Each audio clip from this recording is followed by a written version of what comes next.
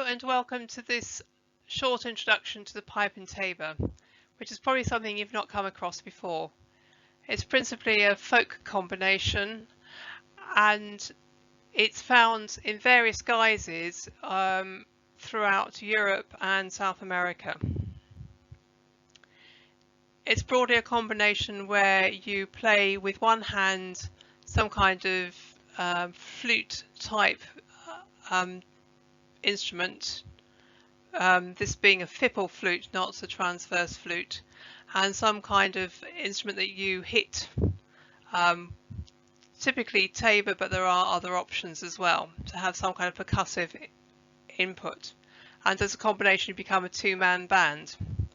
And the purpose of today is to do various things, one of which is to emphasize to you the importance of being able to play for dancing, and then to tell you something about the whole instrument, a bit about history, options for playing it, how you play it, and where you might go next.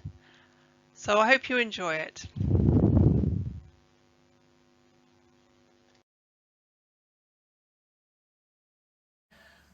I'd like to introduce my husband, Andy Richards, also known as Mr. Fiz to many of my fellow students. He is the chairman of the Tabor Society and has been playing pipe and tabor since he was a teenager, and he's very good at it. We're going to play a tune for you called Queen's Delight, which is a Morris tune. Now, before we start playing, do look particularly at Andy's hands, his left hand, how he's playing the pipe, and also his taboring. This is a tabor, you might call it a drum, but it's a tabor. And notice how he emphasises and how many hands he's using to play.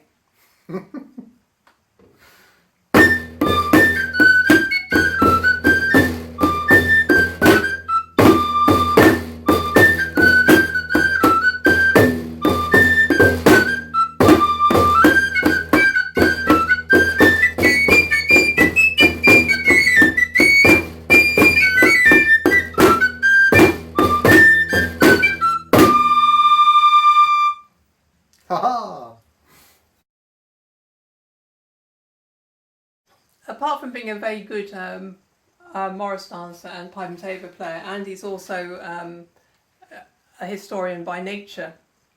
And so he's going to just give you a little bit of history about the pipe and tabor, very brief.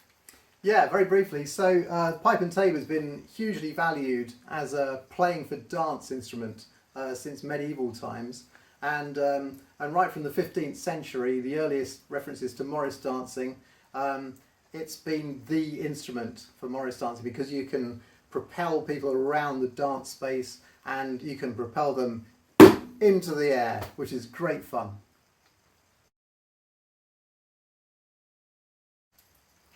What we're going to talk about now is how you actually play for dancing. This is before we get on to how the instrument actually works. So Andy is thinking about a dancer in his head, dancing the dance when we did the example tune earlier on. And he's thinking about getting that dancer off the ground. And what he does is a couple of things. One of the things is he gives a very sharp and loud beat when the dancer is to leave the ground. But he also emphasises by articulation on his pipe. Perhaps Andy, you'd just like to demonstrate that.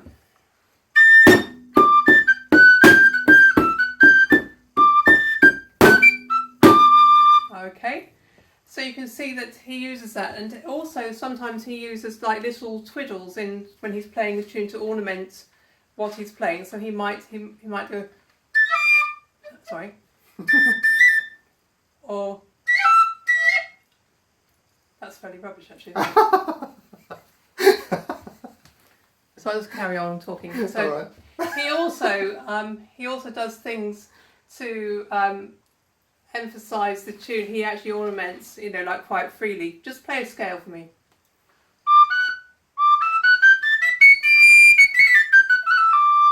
See, he can't stop himself doing that even for just a scale. And by how did you know that, Fiz? And by doing this, he actually the actual pitch of the instrument It pierces across any sort of traffic noise or anything like that. It's a very high instrument. And the drum beat, you can actually get quite a lot of sound to the dancers and quite a lot of emphasis, the two sounds together. Is there anything else you'd like to add about playing for dancing, Andy? What you can do is you can do like a little sort of roll effect. So one of the things that sometimes happens is a big leap in the air after a preparatory thing. So you can do a preparatory, boom, into the air. Okay. All right? Yeah, that's fine. Okay, right, so I'm now going to tell you how this actually works. So a drum, there's all sorts of drums, and we'll have Andy will come back and give us some views of some of his drums and so on. But this is if you like, it's a bit like a recorder. If you look there, it's a bit like a recorder mouthpiece, isn't it? And so sometimes that's called a fipple flute. It's F-I-P-P-L-E, fipple flute. And it's only got 3 holes. I've got 2 at the front, and 1 at the back. And there are various kinds of this kind of instrument around Europe, played with one hand, with the other hand being free to play some kind of drum. And the arrangement of the holes varies from tradition to tradition. The British tradition is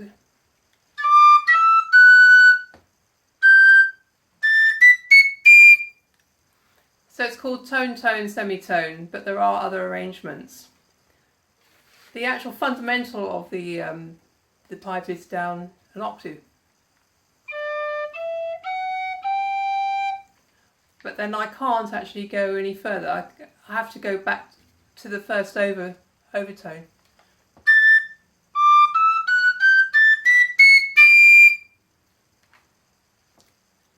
And you just have to, it's a bit like a trumpet. If you're familiar with a trumpet, you just have to keep on overblowing. The instrument has a range of about an octave and a half, but the upper notes can be much less reliable. You can also get a so this is a pipe in D, so when all the holes covered, that's a D. You can also get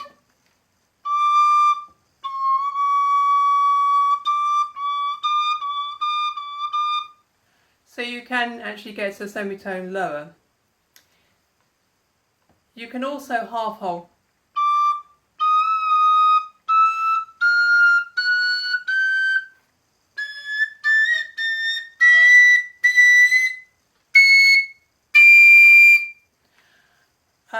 As you can probably tell from my playing, it's not a very straightforward thing. It's actually quite difficult. And the half holing, if you actually are trying it, don't think of it just really as half holing. Think of it as sort of scarcely uncovering the hole, and that will get you quite a long way.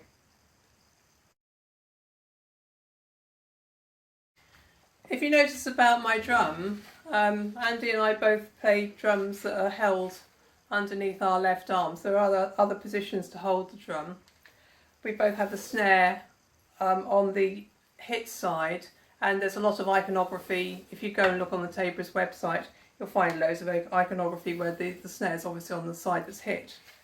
Another way of having a small drum, this is quite a long handle really, we just shorten it,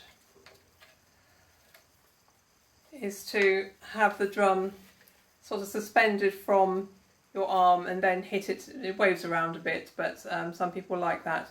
And of course it's possible to sling a drum over your shoulders and to be hitting it more down at waist height. Drums come in all sorts of shapes and sizes. This one came from the early music shop. They sell these. Sometimes they're a taller cylinder than this. Sometimes they have, Andy's has got a rim, so his rim shots are going to be much better than mine are. So you can add that for variety for your drumming. But really, there's some advice later on in the presentation about how you might obtain a pipe and how you might obtain a drum. I mean, really, anything you can hit would be fine, to be quite frank, and anything you hit it with. I actually quite like this stick. A normal drumstick's a little bit too long really. So that's a summary of how it works, and so you can get quite a lot out of using a pipe, more than an octave. If you need to change key, particularly, this is a pipe in D, and you can play in D very easily, and in G, and in E minor. Those are very natural keys for this instrument. But it's possible to obtain pipes in C, well, in anything. The industry of makers are quite small, independent people, and they will make anything you want. I think Andy's currently got C, D, F, G and A. So he's got quite a number. And of course, if you are going for a C pipe, it's a bit longer. They don't tend to be smaller than this at all.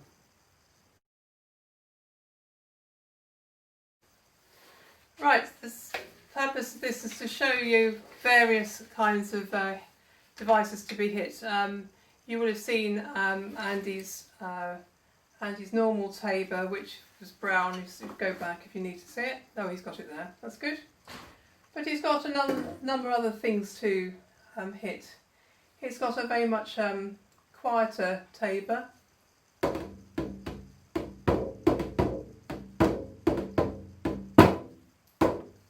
And another one which gets worn, instead of being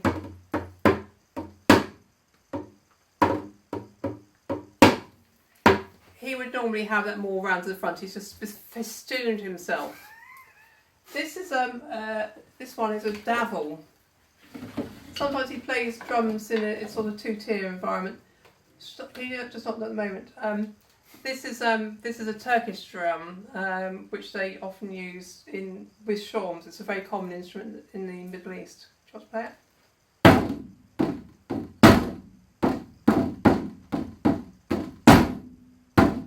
And the last one, which has probably intrigued you more than anything else, are called knackers, or nakers, N-A-K. Knackers? They're not nakers, they're knackers. Okay. Some people call them nakers. And they're spelled N-A-K-E-R-S. And they're sort of like a metal bowl with skin over the top, okay?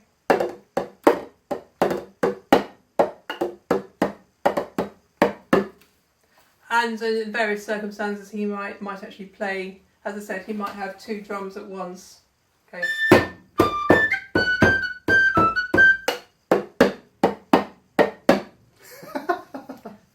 There you are.